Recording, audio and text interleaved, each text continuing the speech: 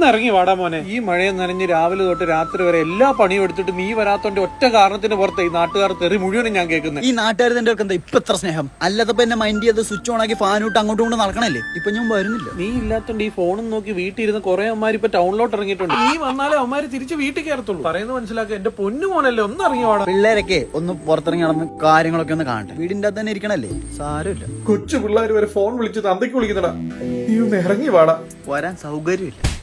പിന്നെ വേറൊരു കാര്യം പറയാനാ ഞാനിപ്പോ വന്നേ. ആ കാറ്റ് നിന്നെ അന്വേഷിച്ച് നടപ്പുണ്ടായതല്ലോ. നിങ്ങൾ തമ്മിൽ ഇഷ്ടത്തിലാണെന്നോ പറയുന്ന കേട്ടു. പിന്നെന്ത് പറഞ്ഞു? നിന്നെ പറ്റി പറയാനേ അവൾക്ക് നേരമുള്ളൂ. അവൾ എപ്പോ വിളിച്ചാലും നീ കൂടെ പോകുന്നോ, പിന്നെ കുറെ നേരം കഴിഞ്ഞിട്ടേ വരത്തുള്ളന്നൊക്കെയാ അവള് പറയുന്നേ. എന്നെ കാണാൻ അവള് വന്നിരിപ്പുണ്ട്. നീ കൂടെ വന്നാൽ ഞാൻ കാണിച്ചാൽ അവൾ എവിടെയാന്ന് ഉള്ളത് തന്നെ. എന്നാ ഞാൻ ഇറങ്ങി വരാം. അവന്റെ ചിരി. എന്റെ പൊന്നിങ്ങോട്ട് ഇറങ്ങി വന്നേ. ഇത്ര നാളെ എന്റെ പൊന്നിനെ കണ്ടിട്ട്. ഉള്ളതാ മണ്ട വിശ്വസിച്ചു. ഞാൻ